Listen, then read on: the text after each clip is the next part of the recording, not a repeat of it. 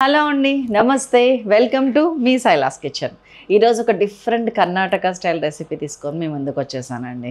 ఇదేంటంటే oilless, almost oilless. మీకు వద్దు అనుకుంటే అసలు ఒక చుక్క కూడా ఆయిల్ కూడా ఎక్కర్లా, కానీ కర్రీ టేస్ట్ నెక్స్ట్ లెవెల్ ఉంటుంది.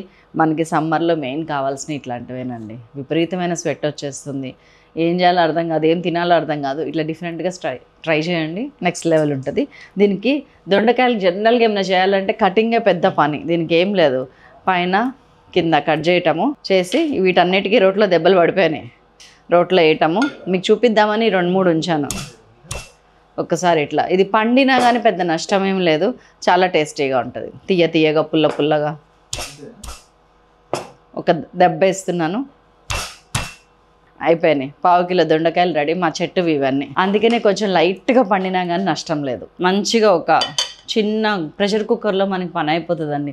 10 minutes రెసిపీ ఇది. సీరియస్గా ఈ దంచుకున్న దొండకాయలు ఉన్నాయా, వేసేసాను. దీంట్లోకి మనకి గ్రేవీ ఎంత కావాలనుకుంటున్నామో అన్ని నీళ్ళు పోసేస్తున్నాను. కరెక్ట్గా చెప్పాలంటే కనుక దొండకాయలు మునిగేంత వరకు నీళ్లు పోయండి. ఒక 1/2 టీ స్పూన్ ఉప్పు వేస్తున్నాను, ఒక 1/8 టీ స్పూన్ పసుపు వేస్తున్నాను. ఇంకా కొంచెం ఉంచుకున్నాను నేను. మూత పెట్టేస్తున్నా. ప్రెషర్ కుక్కర్ మీద 2 విజిల్స్ వచ్చేలోపు ఏం చేయాలి?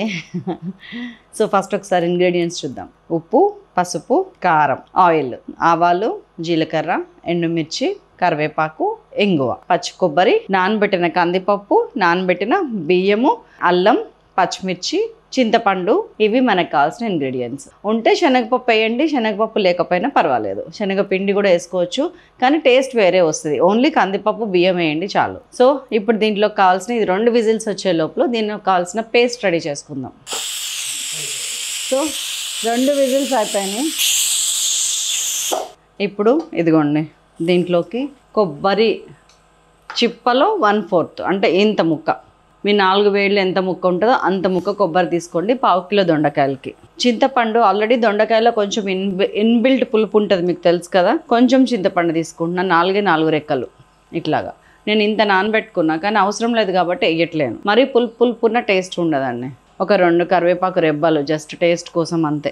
ఇదిగోండి చిన్న అల్లం ముక్క, వెరీ లిటిల్. 1/2 కిలో దొండకాయలు అనేది గుర్తుపెట్టుకొని వేస్తున్నాను నేను. ఒక 3-4 పచ్చిమిరపకాయలు.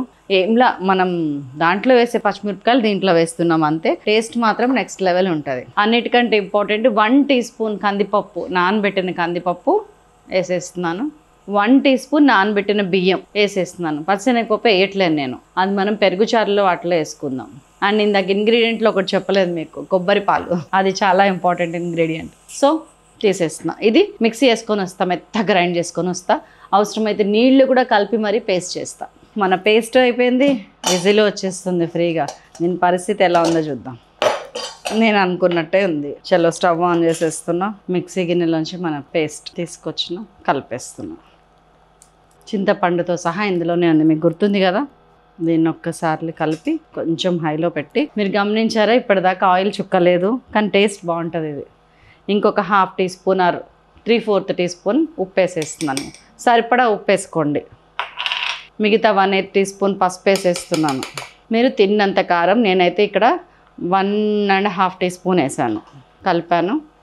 కొంచెం సిమ్ చేస్తున్నా, మీడియం ఫ్లేమ్లో పెట్టి. ఉప్పు చెక్ చేయను ఒక్కసారి.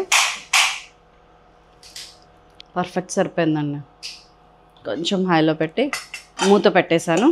ఒక 3-4 minutes మనం ఇప్పుడు వేసిన పేస్ట్ ఇంగ్రీడియంట్స్ అన్నిటితో కలిపి ఉడకనిస్తాను దొండకాయలని. ఓన్లీ 2 విజిల్స్ రానిచ్చాము, ఇంకొంచెం ఉడకచ్చు. దొండకాయ కదా, ఇట్ టేక్స్ టైం. చలో సక్సెస్ఫుల్గా మన కర్రీ దగ్గర పడింది. ఇదిగోండి, చక్కగా ఇట్లా కొంచెం చిక్కగా అవుతుంది, చాలా టేస్టీగా ఉంటుంది. అండ్ ఇప్పుడు ఏం చెయ్యాలంటే, ఇప్పటిదాకా ఆయిల్ లేదు, కావాలంటే ఇలా తినచ్చు. ఆయిల్ వద్దనుకునే వాళ్ళు కొంచెం టేస్ట్ యాడ్ చేయాలంటే కొద్దిగా చిన్న తడక వేద్దాం. ఒక 2 టీ స్పూన్స్ ఆయిల్ వేస్తున్నాను, దట్స్ ఆల్. హైలో పెట్టాను. ఒక 1/2 టీ స్పూన్ జీలకర్ర, ఒక 2 ఎండుమిరపకాయలు సిమ్ చేశాను.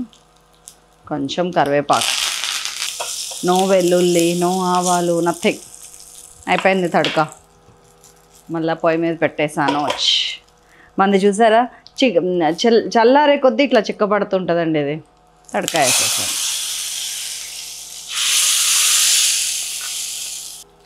కొంచెం కొత్తిమీర కూడా యాడ్ చేసేసాను.